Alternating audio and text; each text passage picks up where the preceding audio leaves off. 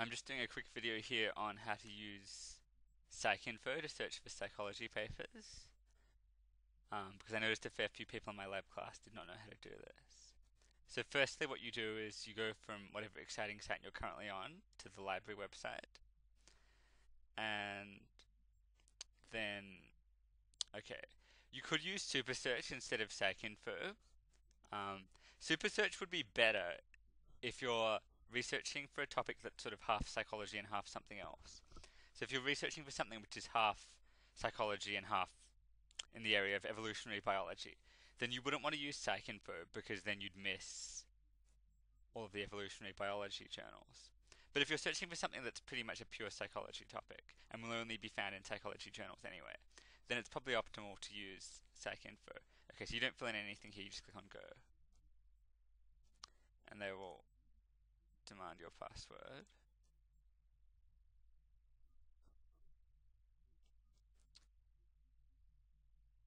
Okay, so what you do here is you just click find database and type in PsycINFO with no H.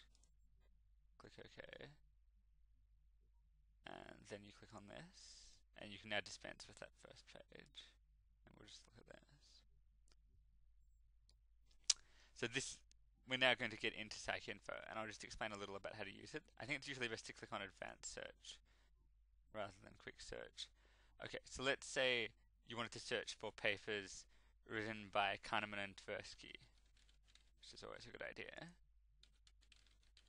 Then you put Kahneman and Tversky, and let's have them as the authors, and this will return all papers from psychology journals where they were both the authors. Okay, so 41. Or alternatively, what you could do is you could search, instead of searching for the authors, we might search for the title of a particular paper. This is probably a reasonable example.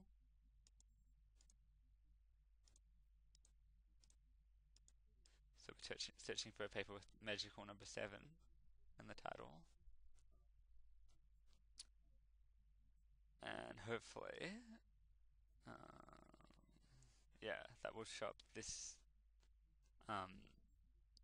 well-known paper by George Miller. I won't go into what this is about, but actually this is well worth reading. And I heard that it was being, or actually I know that it was being misused in a certain department of this university, in which, I don't remember the exact details, but the lecturer was saying something to the effect of, because of this guy's findings, it's a mistake to put more than, say, 7 pieces of information on a billboard, because people will only be able to process 7 pieces of information. That's certainly not what Miller's saying here. And if you read it, you'll see, if anything, he's saying the opposite. So yeah, if your lecturer tells you that, maybe you should consider moving to another subject, or perhaps another course. But anyway, so there you go. We've searched for this paper, and note that if we wanted to, we can you can get the full text PDF just by clicking on that, or you could look for all of the papers which cite this paper. This can be a valuable approach, although it's probably not such a smart idea when you'd have to sort through 1,500 of them. Okay, and there's other ways you could search as well. So I don't know. You could search by keywords. Hopefully this will work.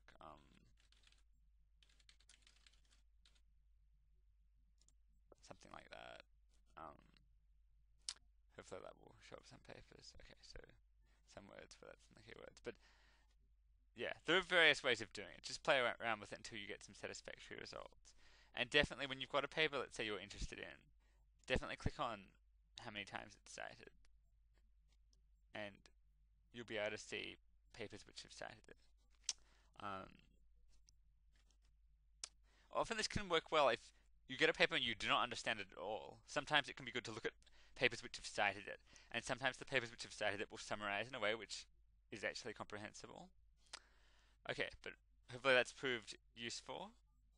Good luck researching with PsycINFO.